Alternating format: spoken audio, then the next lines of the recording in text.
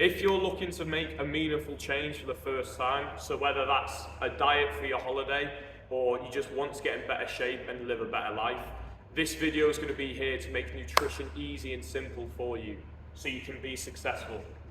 Now, when I first have a beginner come in or someone who has little to no experience with their nutrition, this is how I approach their first steps and getting them started on their journey. So, to begin with, it's always important to have a target. You need goals, you need direction, you need something to move towards, because what you've been doing currently isn't working, so now you've got to change the way that you live and spend your life in terms of making a change that's going to last. So the nutrition target is what we're going to be aiming for. Now the nutrition target for beginners that I like to use is calories and protein.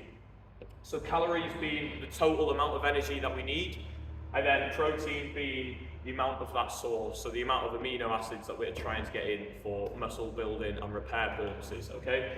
So we're going to be looking to stress our body through exercise. Protein is going to help us in terms of repairing, and so are the calories as well. They're going to help with recovery too, so don't be shy of fats and carbs. That's going to be something that we move on towards, okay? So for the meantime, focus on these two. If we focus on 4 things, then obviously there's going to be twice the amount of stress. So if we start with 2, it makes it easy and digestible. Now, the non-negotiables to get started in terms of nutrition and being successful is a set of scales, so weighing scales. You can literally get a set off Amazon for like £8 to £10. If you can't invest £8 to £10 in your nutrition, then I don't really know who you are, to be honest. You've got to be some sort of idiot to realise food scales aren't important. With that, you need to have an understanding of what's going into your body. This is why this is the helpful tool. So that's going to help you understand the quantities that are going in, and then in terms of tracking and keeping a log of it, MyFitnessPal is going to be ideal. So a little app that you can download on your phone or you can use on your computer. So you literally cannot have a phone and still manage to track your food, okay? So phone, laptop, that's all you need.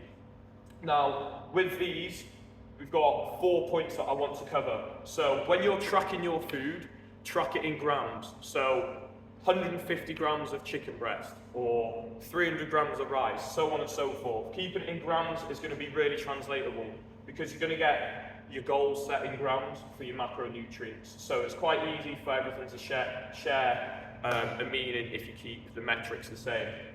So the second one is create foods and meals. So within the app on MyFitnessPal, you can actually set up a function where you begin to create foods and meals. So if you've got a way that you make your protein porridge oats, where you put your own protein powder in, you can actually build that up on MyFitnessPal.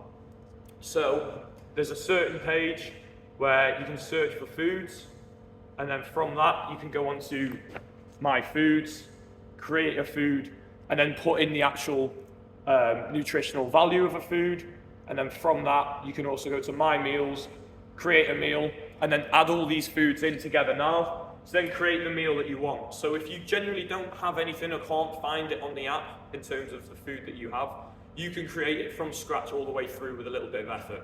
And then obviously once you do that once and you save it, it's there forever, it's there to be used again.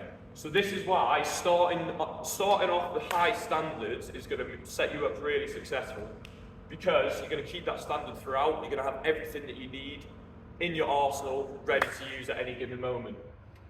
Then double check in and compare. So once you've got the food up in the app, you've got the nutritional value on the packaging of the food, and then you've also got the app. Make sure they're somewhat similar. And then that takes me on to the final point, which is don't stress over small margins.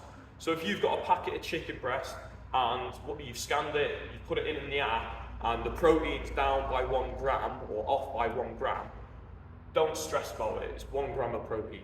You know, like you're trying to hit 170 grams in a day. 1 little gram is not going to have a massive impact, okay? So don't stress over that. Over time, we're going to look to obviously nail the targets, get everything proper, but to begin with, we want to keep stress levels as little as possible. So the more we can control our stress, the more confident we feel, the better success we're going to have. So now, what are the non-negotiables to follow in terms of your actions? So, to be successful, you need to understand that there's got to be some sort of preparation going into your food. So a food shop or a shopping list is going to be the most successful thing. So knowing how much chicken breast you need in a week, how much beef mince, how much onions, peppers, all that stuff you'll eventually figure out over time. To start off with, just write down the foods, buy the packs that you think are going to be suitable, and then go from there. Sometimes you might buy too much of some foods, sometimes you don't buy enough. You eventually start working that out as time goes on. So the key word with nutrition that I always throw around and everything, to be honest, is consistency. Keep doing everything. If you get it wrong to begin with, you're eventually going to start getting it right. Like, you're going to learn from it. You're not going to be someone who goes, oh, I'm doing this wrong, I'm going to keep doing it wrong. You've got food scales to make sure you're going to do it right. You've got a way of tracking to make sure that you're on target. And then you've got your actual target to hit. So where you want to go with your direction. Across the board, that covers absolutely everything that you need. Okay? When it comes to preparing meals, you can double cook. So this is a method that I use all the time. If I've got a pack of 6 chicken breasts, I'm not going to go, oh, I only need 2 chicken breasts today, I'm just going to cook these 2. I'll cook all 6 in one, then I've got 4 already done for the next 2-3 days. Okay? So food can stay good in the fridge for up to 4 days after we cook it. So that's things like meats, chicken. You can pretty much have it in the fridge on Monday all the way through to Thursday, okay? So you can prep for the week that way, and then on a Wednesday or Thursday night, double cook your tea, so then you've got lunch for Thursday, Friday day. That's how you can stay successful through the week. Any other little tips or pieces of advice you need, I'm always here for a message. So anyone that's actually wanting to make a meaningful change, you're always welcome to be in my DMs, pretty much. So I'm here to help you out if you're stuck on anything, if you want advice, or if you want setting up your nutrition target.